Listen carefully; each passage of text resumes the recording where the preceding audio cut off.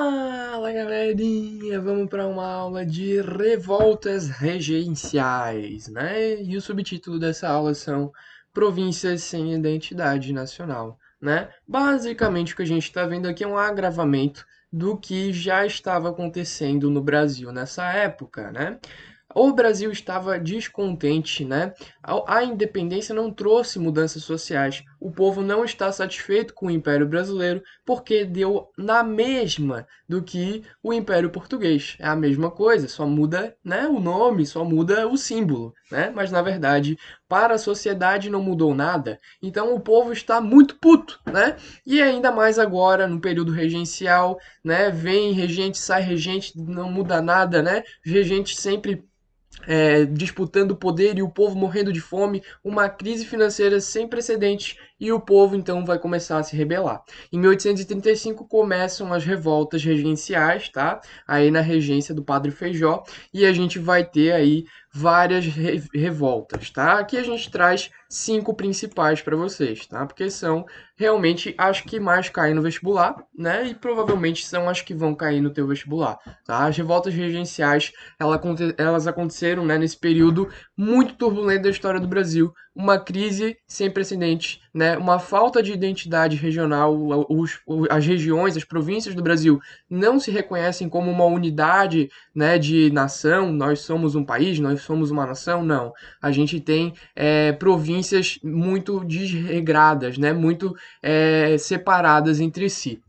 E a gente vai ter aí duas revoltas na Bahia, uma no Pará, uma no Maranhão e uma no Rio Grande do Sul. Então você pode ver que tem revolta no Nordeste, tem revolta no Norte, tem revolta no Sul, tá? A primeira é a revolta dos Malês na Bahia, depois nós temos Cabanagem no Pará, Sabinada na Bahia também e a Balaiada no Maranhão. A Guerra dos Farrapos foi a maior delas e a mais bem-sucedida no Rio Grande do Sul. Tá, galera? E a gente vai estudar uma por uma. Vamos começar com, né, a mais interessante de todas, na minha opinião, que é a Revolta dos Malês de 1835.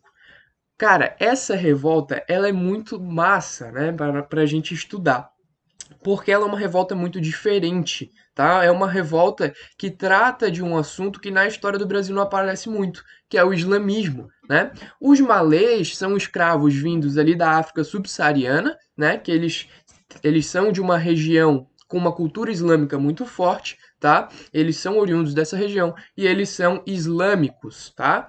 Essa revolta vai acontecer em Salvador, na Bahia, tá? E esses escravos islâmicos eles vão se juntar e eles vão organizar uma revolta que eles queriam proclamar uma república independente, tá? Do Brasil aí para poder, né, ter democracia, para poder ter liberdade, tá? Essa revolta, ela foi dedurada e ela não deu em muita coisa, tá? Um detalhe interessante, né? Esses escravos islâmicos, eles eram alfabetizados, eles sabiam ler e escrever, né? Em árabe, tá, gente?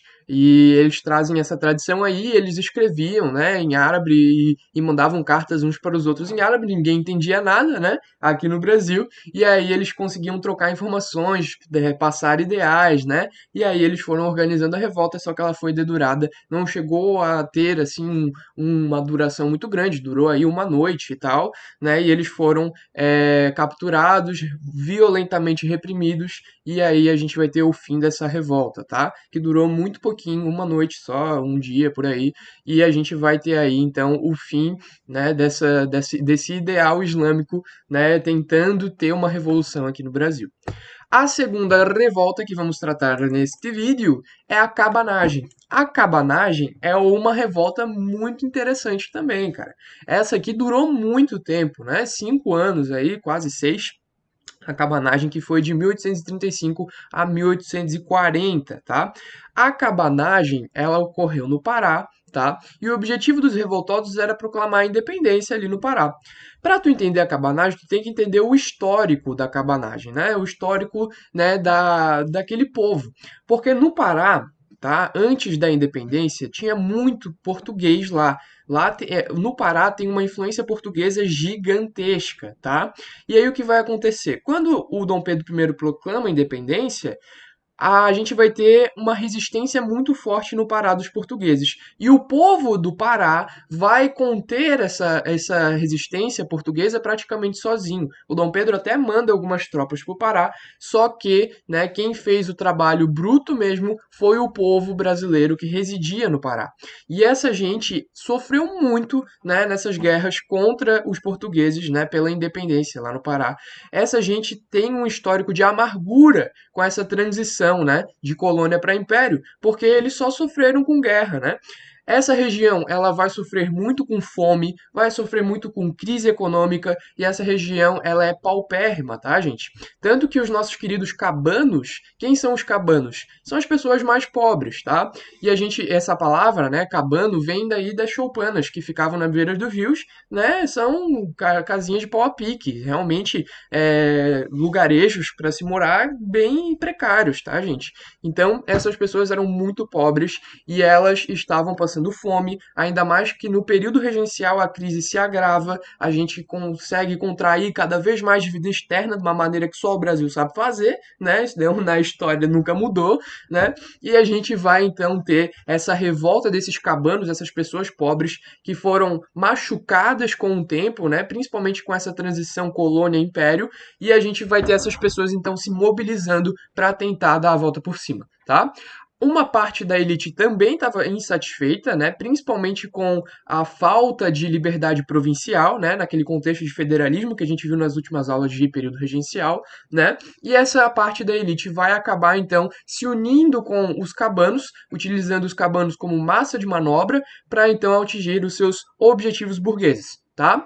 O que vai acontecer é que eles vão invadir Belém, tomar Belém, só que lá em Belém a Guarda Nacional vai prevalecer. A Guarda Nacional, criada pelo Padre Feijó, né, ela vai acabar contendo, né, essa revolta dos cabanos e a gente vai ter uma chacina, tá? A gente vai ter uma chacina generalizada. A Guarda Nacional vai conseguir controlar essa revolta, os cabanos vão ser brutalmente assassinados e vai ser realmente um morticínio, né? Porque metade da população paraense dessa época acaba morrendo. Tá, gente? Foi bem triste mesmo o resultado dessa revolta. E mais uma vez, né, o povo lutando por combater fome, por combater as desigualdades, acaba morrendo no meio do caminho. Tá bom, gente? Então, vai para a próxima aula que a gente vai falar então das últimas 3 revoltas. Espero vocês lá. Beijo.